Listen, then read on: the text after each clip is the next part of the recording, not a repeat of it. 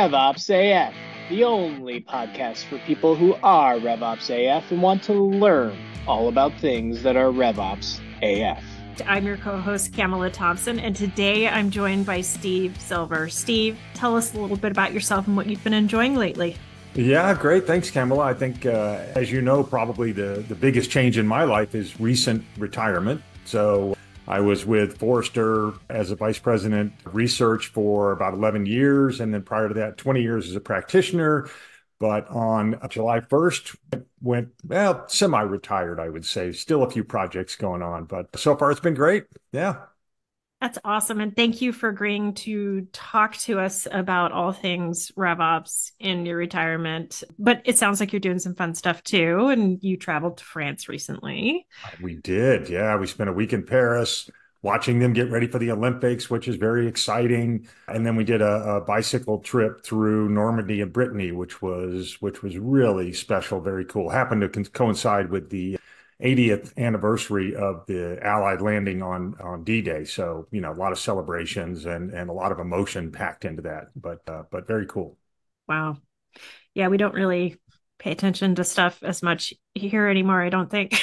No, we don't. There's definitely a sense of history in Europe that goes well beyond anything that we tend to pay attention to in the U.S. Well, speaking of history and maybe more so recency bias when it comes to what's happening in the market, what is happening in the market, Steve? Like, what have you been seeing in terms of, let's talk first about go-to-market execution and what's working and what isn't, maybe? Yeah. I think I would point to three sort of fundamental macroeconomic shifts that are taking place, if you will. And the first one is changes in buyer behavior, right? And this is, we've obviously seen this on the consumer side for 20 years or more. Consumers have more information. They can learn anything about a new product, whether it's a car you're buying, or a restaurant you're going to, or a movie you want to see. By the time you make a purchase decision, you know as much as you want to know about that particular product, and you've already begun to build this sort of expectation of value that you're going to get from that product. So definitely changes in buyer behavior in B2B sales has been a big shift. The second one is technology, and of course AI is everywhere and being integrated into everything. But even before AI became, the driving factor, we started to see technology that actually worked for sellers. So rather than just taking information from sellers and having to force sellers, marketers, customer success representatives to use the technology, there's now technology that gives them insights into buyer behavior. It gives them insights into their accounts. It gives them a view into all of the interactions that have taken place with buyers. It reduces manual entry, all these wonderful things that technology is now doing. And of course, AI is driving that faster. The last big shift, I think, that RevOps practitioners and by extension, B2B organizations have to think about is the demand for profitable, sustainable revenue growth, right? And so if you're talking to everybody from private equity investors, venture capitalists, public shareholders, C-level executives, they're all talking about profitability. They're all talking about revenue growth. And it's not just number of eyeballs or number of seats or any of those metrics. It really is focused on profitability and delivering value to your customers. So I think when you look at those three big trends, they're forcing marketing, sales, customer success organizations to collaborate, to work more closely together. And that's really driving, I think, everything that revenue operations professionals are focused on these days. I know that was a lot, Camela, so I'll give you a chance and my brain to is react just to that. Yeah. Little hamster wheel is just going in there, my little brain. But what popped to mind, so many things popped to mind. But let's start with the shift in buyer behavior and what that means for marketers and sellers. And there's some stats out there now that I think it's up to something like 80% of buyers want to not have a sales rep interact with them personally and do everything online. Yeah. So can we talk a little bit about the traditional B2B scaling theory and how this is going to impact that? Yeah. And that stat whether it's 67% or 75 or 80%, whatever it is. And the exact percentage doesn't matter. What matters is buyers are doing more and more of their own work online, if you will, right? So what marketing has in terms of content, your website, peer reviews, research papers, all of those sources of information that buyers can get before they talk to a sales rep just become much, much, much more important. Mm-hmm. And they're already, think about how we as consumers maybe, decide to go to a restaurant, right? We can go see the menu, we can see prices, we can, we can see prior reviews. We begin to create an expectation of the experience of going to that restaurant before we even set foot in the door and begin to actually interact with them. And that's the same thing that's happening with B2B sales. Before the buyer or buyers, in most cases, actually interact with a sales rep, they've gathered information. They've have these perceptions that are building of what your company's like and what value they're going to get from it, and what that experience is going to be if they continue with you. And it's incredibly important that marketing, sales, and customer success, if they do buy from you, understand what those expectations are, how they're going to get value. And, as you well know, that value is determined by the customer, not by the seller. Right. And then how they're going to deliver that value and get credit for that value. So thinking a lot about buyers, whether you're buying technology or parts for an airplane or whatever, you're thinking about value. And sometimes the value is the lowest price, but more often it's a product that you can live with, a company you can work with. And I think that experience starts on the very front end when they're interacting digitally with you and continues through whatever personal interactions you have with them. Right. And I've seen a stat that just fascinated me. Gen Z is the most skeptical of all generations about what the brand is saying. Yes. And they're starting to come into buying power more and more. Yes. It's happening. Yeah. But what's so interesting about that is we no longer control the narrative in marketing. We never did, but let's pretend we did at some point. Yeah. Marketing no longer controls the narrative. We're talking to our peers. There's a lot more connectivity between peers nowadays. There's more communities. There's social media. There's even influencers now in the B2B space. So we're hearing anecdotally that inside sales is having a harder time, sales is having a harder time. And we're seeing in the numbers that quite a few sales reps, more than usual, are missing their number, far more than usual. But we're also hearing that some companies are still doing really, really well. Yeah. Yeah. Do you think the market conditions have just exacerbated the inefficiencies that we've just been able to get away with? That's a loaded question. But. Yes. The budgets are tight right now, especially when we're talking about technology purchases for most organizations. So potential buyers are asking questions about, okay, what's the implementation like? What's it going to cost? How much, am I going to have to bring in professional services? How long am I going to have to train my users? And again, it's back to this conversation building around value and how do I get to that value, me being the buyer. So and the buyer doesn't care whether the answer to their questions comes from marketing or comes from sales or comes from a sales engineer or, a product specialist. They don't care. And I think it's this breakdown of those silos between those functional groups is the contributor to the rise of revenue operations, right? Because the mandate is revenue ops leaders have to be looking across the entire customer life cycle from, first digital contact to awareness, to consideration, to purchase, to implementation, to retention, to renewal, that whole life cycle, and make sure that they're able to capture information about that buyer, then the customer.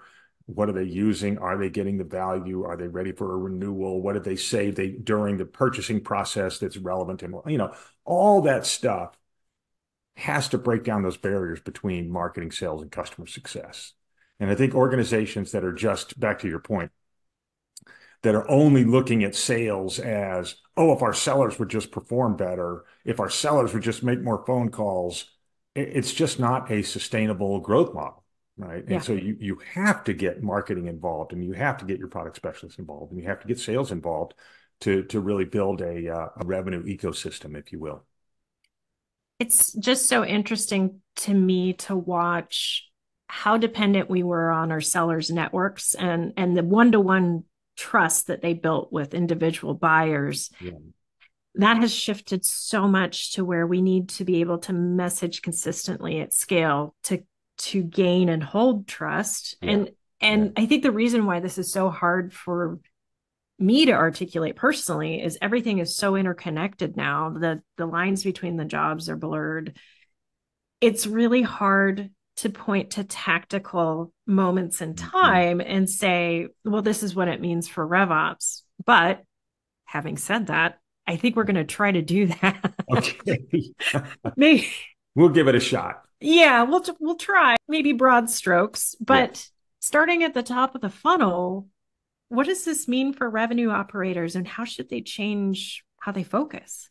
I think one of the things we have to do is take off our sales operations hats and truly put on a revenue operations hat, which means you can't just focus on the selling motion. You've got to go to exactly to your point, Camela. You've got to go up to the very top of the waterfall and understand what technology is being used there, what content is being posted there, who's responsible for keeping that up to date, how that information about buyer behavior at the top of the waterfall gets captured and translated to sellers.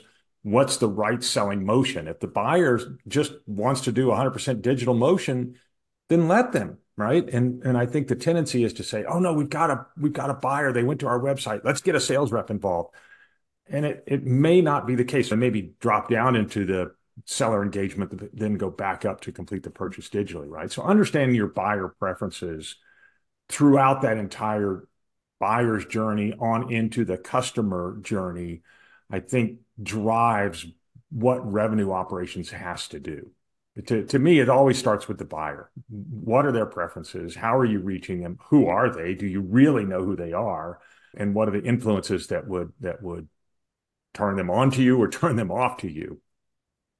And from an execution standpoint, this is so hard because at the helm, you need a leader who can see the overall company strategy and objectives. Yeah. And also guide their teams on how to stay coordinated and best get there tactically. And that's a really hard transition to make. But if you're only aligning with one business leader, and let's say it's a CRO with an exclusive sales background, it's still a sales leader, you're probably going to be focused where they know they can have the most impact and understand the ins and outs, and that's sales. Yeah. So how would you recommend somebody in RevOps get closer to that overall company objective view? I mean, it's a tough one, and it's to answer in a general way or in a very specific way, unless you understand the company. But I think revenue operations practitioners really do have to focus on the word revenue and understand, well, how does my company generate revenue, right? What drives our profitability? What is our product strategy? Who are we selling to? So they've got to start out by just understanding the company. And a lot of that you can get if it's a publicly traded company, read the company reports, read the annual and the quarterly reports. That will help you understand strategy. The second place you have to go is look at compensation. How are people paid? How are senior executives paid? All the way down to how are individual sellers paid. And that will tell you what are their objectives. So if senior executives are paid on profitability, for example, that's going to tell you we really need to focus on efficiency. How can we drive more efficiency into that total process? If they're paid strictly on hitting revenue growth goals or sales growth goals, they're probably more worried about less worried about profitability, more worried about sustainable revenue growth. So that's going to give you a clue as well as to what that strategy is. But I think the RevOps professional really has to take responsibility for, look, telling their manager and their manager's peers, in order for me to do this successfully, I need to understand the strategy. I then have to translate that into very tactical decisions. And for me, that was always the thing that made revenue operations both challenging, but also very exciting. You've got that broad view across the company. And I think it's a phenomenal place to be. Yeah. Yeah. And I think back to my in-house days, and it's always so interesting. Usually takes 6 to 8 months to build a ton of trust to get in there. That's also the period of time you can have the most impact, the honeymoon period. It's Right. such a tough thing to juggle. And then as a consultant, it's kind of a joy because you come in as an established expert and you don't have that ramp up period. I do want to say though, with all of the technology out there and how specialized and then how broad some of it is so hard to be good at everything. I want to be really clear and say specialization on your team is going to be key, Yes. but the person at the head of everything needs to have that broad lens. Yeah. Maybe we talk a little bit about how that person at the top seat in RevOps can help their teams coordinate a little better. Yeah, and again, I think it's a little bit different conversation if you are a sole practitioner or you're heading a team, an army of one or two in a high growth company than it is if you're in a billion-dollar company and you've got a potentially staff 40, 50 or more in your organization. But again, I think it starts with a deep understanding of the company's strategy, Mm-hmm. your target market, who are you selling to? And just on a side note, most companies think they understand that, but do they really? That's a whole different, conversation. I could Um, talk for an hour about defining your yes, ideal that customer could profile. definitely, yeah, yeah, yeah. But I think for a RevOps leader in a mid-sized company, you're right. You can't do everything. So as with any leader, your job is to sort of set the tone. It's to enable your people to be successful. So we talked a lot about investing in sales operations or marketing operations, sales ops, customer success ops. You have to train those folks as well. And Mm-hmm. there are tremendous resources out there. You guys are one of them, obviously, for enhancing your skills as a revenue operations professional. But I think as a leader, you really have to look at your organization, compare them to your mission, compare them to your charter, and say, do we have the skills? And if we don't, how do we go get those skills? Right? Either by training the people we have or onboarding some new people. And I was really hoping you'd say the word charter because I think that's such a great way to get the team aligned around a mission Yeah. and to figure out what all they're going to be working on. And it can feel really daunting. But if I know you did a whole presentation on this, but if we could talk about it just a little bit. Sure. Yeah. I mean, to me, that's, understanding the companies. If you're newly hired RevOps leader, I think understanding the company's mission, vision, values, how they get paid, what their strategy is, that's a key part of your first 90 days. But the second part is understanding what your organization does or could do or should do. And, there's lots of templates for a revenue operations charter out there, but it's just, even more than having a document per se, it's so important to go through the process of gathering your team together, thinking about what you're doing, why you're doing it, how what they're doing aligns with that corporate strategy and mission, and then putting that on paper and reviewing it with the people that you support, the head of marketing, head of sales, head of customer success, finance, others throughout the organization. And it's such a clarifying process to put that charter together and then review it with those key stakeholders that I just think if you're not doing that within your first 90 days, you're missing an opportunity to really set the tone for what the rest of your career at that organization is going to look like. And I'm suddenly thinking back to your team of one, team of two. I know there's a lot of folks out there who are in that group. And unfortunately, I think they're going to have to make more choices on what they can is Oh, realistic yeah. to focus on. Yeah. Yeah. So maybe we talk through one of the hardest things I think I learned in my career is that I needed to align my values with my boss's values, even if Mm-hmm. they didn't always align with everything I thought we should be focusing on. So Yeah. maybe we Yeah. talk a little bit about priorities and, helping maybe manage up a little bit. So that's a great question. And part of the charter development process is reviewing it with your your stakeholders, including your manager, right? So And important. getting their honest feedback. Because sales ops, rev ops, marketing ops, there is a tendency that they become this, let's call it a trusted resource where things go to live that maybe shouldn't live there. Some people might say it's a dumping ground, but it's a good news, bad news story. I think chief revenue officers, chief sales officers hopefully learn to trust that individual, and they have confidence that that individual can get things done.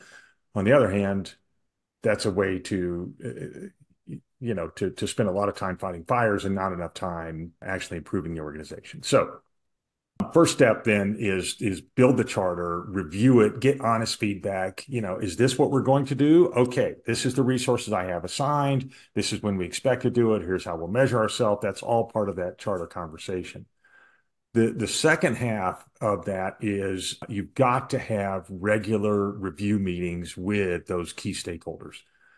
Much like a head of sales is going to do weekly meetings with her direct reports, and a sales manager is going to do weekly meetings with her direct reports. Sales revenue operations has to have that same sort of management cadence. Probably not weekly meetings, but there needs to be, I think, at least monthly meetings that are not sales meetings that RevOps attend, but RevOps meetings with those key stakeholders that say, this is what we've done, this is what we're working on, this is why, this is the progress we've made.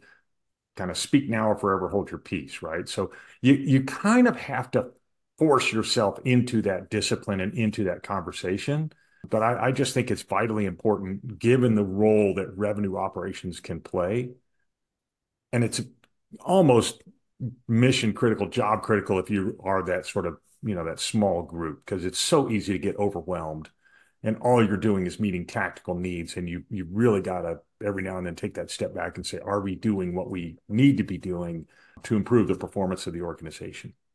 Yeah. Yeah. And I think this is a big reason why I flinch when I hear people who have a small team or a team of one say, I don't have time to set up a project management system. Right. You're just not setting your team up for success down the road. And it's very hard to articulate what you can and can't prioritize and why you're doing that if you don't have it documented in a way that's visual, that you can communicate to others. So in addition to having a charter, please get something like Asana. The free version's fine. Or Yes, use Salesforce. Project request intake system. Yeah, I mean, I think that you're spot on. It's interesting. The danger is you have these hallway conversations, and they're like, "Hey, could you, make the CRM platform deliver espresso and paint the room green?" And they're like, "Sure, we could do that. It's just a software change." So, you end up getting these requests that need to be evaluated in the broader scope of what you're doing, and you don't have that sort of formal intake and evaluation you're going to get overwhelmed. And that's so interesting because I always found throughout my career that people's complaints were valid, but the problem they were diagnosing wasn't always the issue. Yeah. So, when people ask for more fields, what are you trying to solve here? Yes. Yeah. Do we already have that information somewhere else? Now, that's a great point, right? And that's why I think sales ops has to be open to accepting all these different requests. But then you might have to do maybe a little root cause analysis or a little evaluation and prioritize what can be fixed and what the cost and the benefit of that is. So it sounds like we're pretty aligned in that revenue operations should be involved in the full customer life cycle. So totally. Yeah. For those who are labeled revenue operations, but still their ability or their scope of work is really defined as sales operations, how do you suggest that they work with the other departments? Yeah, it's interesting because, Forrester did a little research on this a few years ago, looking at, well, who are these chief revenue officers? And are they just sort of chief sales officers with a different title? And in many cases, they are, right? So I think that's the first question the revenue operations leader has to ask themselves. what does that CRO do? Are they responsible for marketing, sales, customer success, right? And sort of tailor their mandate to match theirs. But then you can also sit down with that person and say, in order for you to be, let's say you're in this scenario where they're really just a chief, I don't mean to be pejorative, but they are more a chief sales officer. I think you have to talk to them about those changes in buyer behavior that we started out talking about and say, look, in order for you and your organization to be successful, marketing has to be successful, professional services has to be successful, customer ops has to be customer success has to be successful. So even though you only own part of the waterfall, and we have to be thinking more broadly. And some people that will resonate with, some it won't. I mean, back to the point you made earlier, I think it's a bit of a generational thing, right? A lot of sales leaders have been very successful following the model of, look, I'm just going to hire a bunch of sales reps. I'm going to have a 30% turnover rate, which is crazy, but that's what they do. Yep. I'm okay if only 50% of them make plan because, the law of big numbers, I'll overcome the obstacles. But that it's just so inefficient and just doesn't fit with how buyers want to buy today that I think that model is dying. Yeah. Yeah. It's hard to watch it fail over and over again. And yet Here we are. Yeah. Here we are. Yeah. So from a tactical standpoint, if you're technically sales operations from a job description perspective, I always recommend that people really inspect the handoffs between departments because it's so ripe for inefficiency. Yes. And for improvement. And you can make such a huge impact. If you can increase your lead conversion rate by a few percentage points, that's a huge impact to your revenue. Yeah. Yeah. So we've talked about the changes in the market. We've talked about the changes to RevOps. And so things are changing. We're having a hard time accepting it. Do you think this is a trend that's going to continue? What does the future look like? Oh, I absolutely think it's going to continue, if not accelerate. I think revenue operations will become more and more important to the success of the organization, right? Back to that changing stakeholder demand for profitable, sustainable revenue growth. You simply can't get that, exactly to your point, Camela, if you've got inefficiencies built into the system, right? And taking that broader view of, if marketing is off buying their own technology and sales is off buying their own technology and customer success is buying theirs, it's hard to get that 360-degree view of the customer and those efficiencies in that entire system that you're looking for. And so I think the future of revenue ops is so bright, you got to wear shades. But it will continue to change, right? As the profession of selling will continue to change. And again, back to your point, I think the old model of smiling and dialing, just, how many cold calls can we make? How many outbound, how many leads can we generate? Just doesn't fit anymore. And it's dying away. And I think that's actually a good thing, but I think as sellers, as the profession of selling continues to evolve, so will the revenue operations function. And I think your point earlier that revenue operations needs to stay on top of this, educate themselves. It's going to take a huge adaptation and pivot skill sets. But I think you're right. There wasn't really a path to the C-suite before, but as importance rises and we continue to run into issues with not being able to influence without any authority. Yeah. I see there being opportunity there. I don't know if you do. Yeah. May not always be easy, right? And there will definitely be resistance, but I think the long-term trend is that the recognition of revenue operations and what a combined sort of functional approach can do will eventually be mainstream, if it isn't already, right? Yeah, I don't think it is yet, but we're headed there. We are. And I'm excited. Well, Steve, thank you so much for for stopping by the show and sharing your knowledge. If people want to network, is that still okay on LinkedIn? Absolutely, yeah. But yeah, happy to connect with people on LinkedIn. Awesome. That's huge. Congratulations, and hope to see you around the community. Thanks, Camela. Thanks so much for tuning in to today's episode, everybody.